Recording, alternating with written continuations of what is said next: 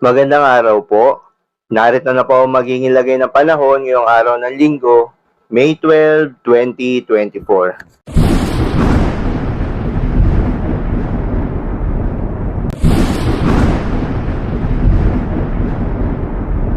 Sa kasalukuyan na tayo sa pag-asa, easterlies pa rin o yung mainit na hangin galing sa karagatang Pasipiko ang patuloy na nakakaapekto sa ating bansa.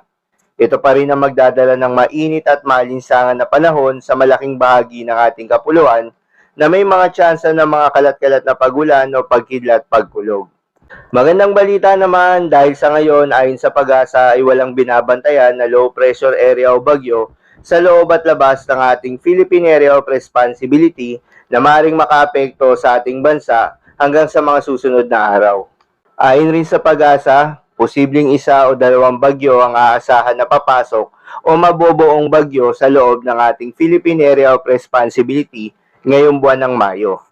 Para naman sa lagay ng panahon ngayong araw ng Linggo dito sa Luzon, asahan sa Metro Manila at nalalabing bahagi ng Luzon ang maganda at maliwalas na panahon, asahan rin ang mainit at malinsangan na panahon lalo na sa bandang tanghali, dulot yan ng easterlies.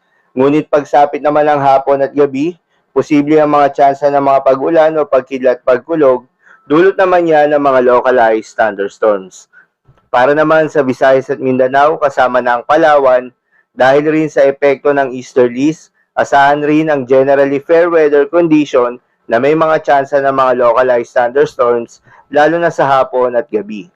Itong localized thunderstorms ay tumatagal lamang ng 10 minuto kung panandalian lamang. Ngunit kung during severe cases, nagtatagal ito ng 2 to 3 hours, kaya naman posible ang mga pagbaha o pagguho ng lupa during severe thunderstorms. Para naman sa lagay ng mga dagat baybayin, ayon sa pag-asa ay wala namang nakataas na gale warning sa anumang seaboards ng ating bansa. Kaya naman malayang makakapamalaot yung mga kababayan nating mangingisda, pati na rin yung may mga maliliit na sasakyang pandagat. Iba yung pag-iingat pa rin sa mga kababayan nating maglalayag dahil kung meron tayong offshore thunderstorms activity, asahan natin yung posibleng paglakas ng hangin at kaakibat nito yung posibleng pagtaas ng mga alon. So yun lamang po para sa lagay ng panahon ngayong araw ng Linggo. Keep safe everyone.